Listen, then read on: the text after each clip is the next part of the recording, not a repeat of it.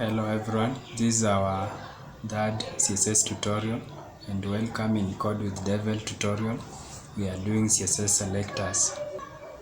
So as I had pointed earlier that a CSS selector actually is an identifier, or it points out which HTML element that you want to style. So it will help the CSS to know which specific kind of an HTML element that you will want to style. So we have around 5 main types of the selectors in CSS3. We have symbol, combinator, pseudo class, pseudo element, and attribute selector. In this tutorial we shall discuss on symbol selectors because it is still at the beginner level. The others I will do it later in the advanced tutorials. They are not suitable for the beginners at this stage. So we are starting on symbol selectors.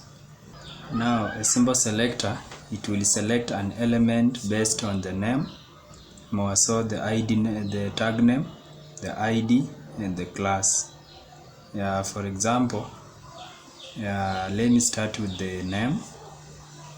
A name can be the name of a tag, say body, h1, piece, b, all those are the name of the tags. Let me select heading 1 to have a different style.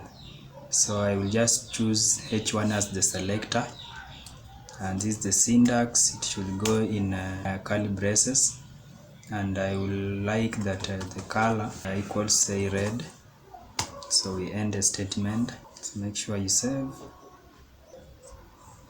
So if you try to refresh, only heading 1 inherit the color that we want. For an ID symbol selector, it uses an ID attribute to identify a unique HTML element within the same HTML page.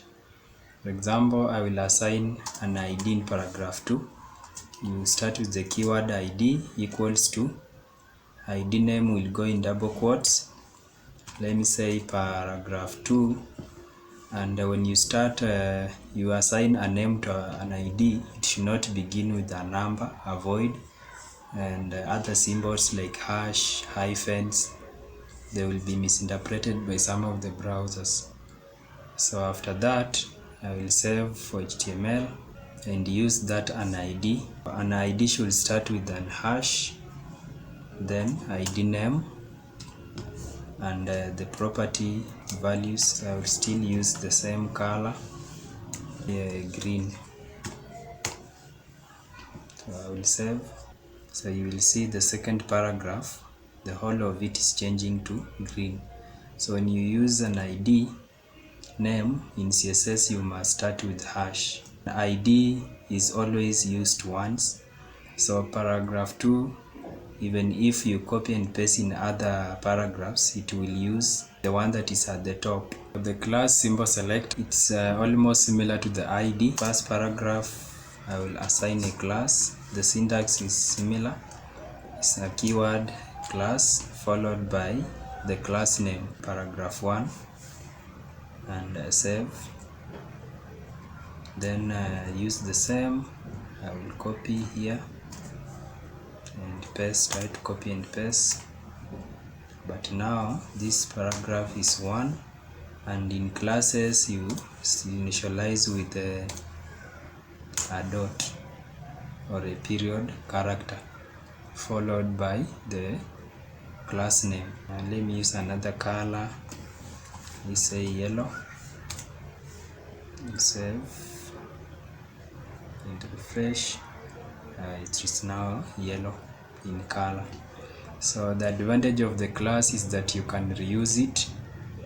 For example, I may want to reuse this class, so I'm copying and pasting in as assign here and here,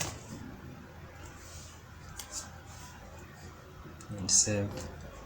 So all these paragraphs will inherit the same properties under the class. So the difference between the class and the ID is that a class can be reused, but an ID can't be reused. You can combine a tag name symbol selector with the class selector to form another kind of a selector. Like for example, I will choose paragraph 1 with this class, and will cut the class and insert in the nested body CSS.